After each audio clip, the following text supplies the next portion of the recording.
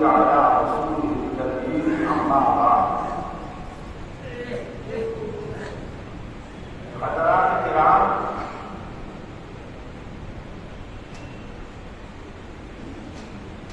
پہلے بھی مولوی فیضان خان نے آپ لوگوں سے کہا تھا، مسلمانوں سے، کہ جو نقشہ ہماری طرف سے تیار کیا گیا ہے روزہ افطار اور سحری کے لیے،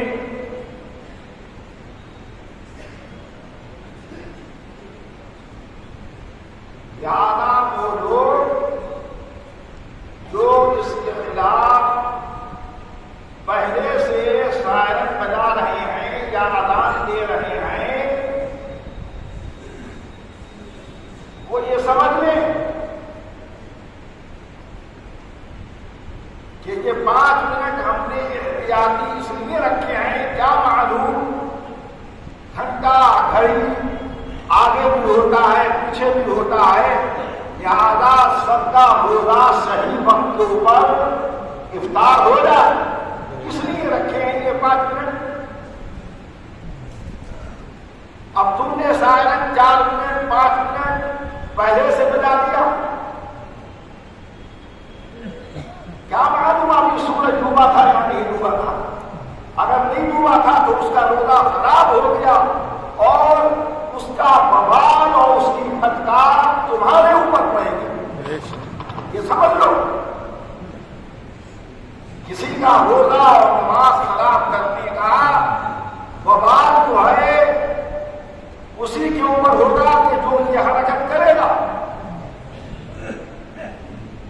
علماء کا کام رہنمائی کرنا ہے، لوگوں کو مسائل اور احکام بتانا ہے، عمل کرنا سب کا کام ہے۔ جو عمل کرے گا اس کا پھل پائے گا، جو نہیں کرے گا اللہ رب العزت اس کو اس کے اس برے عمل کی سزا بھی دے سکتا ہے۔ لہذا یہ دوبارہ پھر آپ کو بتایا گیا ہے، یہاں پر کئی ہزار آدمی ہوتے ہیں، اپنے اپنے محلوں میں جا کر دیکھیں، سب کی ذمہ داری ہے اور لوگوں کو سمجھائیں کہ ایسی حرکتیں نہ کریں۔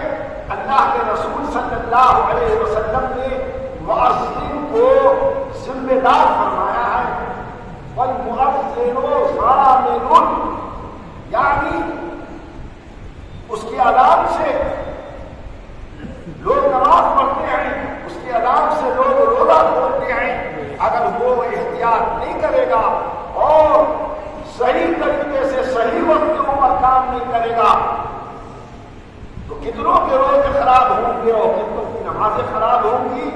لہذا وہ ذمہ دار ہے، یہ بڑی ذمہ داری کا کام ہے، اس کو ہنسی اور مذاق نہ سمجھا جائے۔ دین ہنسی مذاق کا نام نہیں ہے، یہ تو جس کا دل چاہے وہ کر رہا ہے، کرتے رہو۔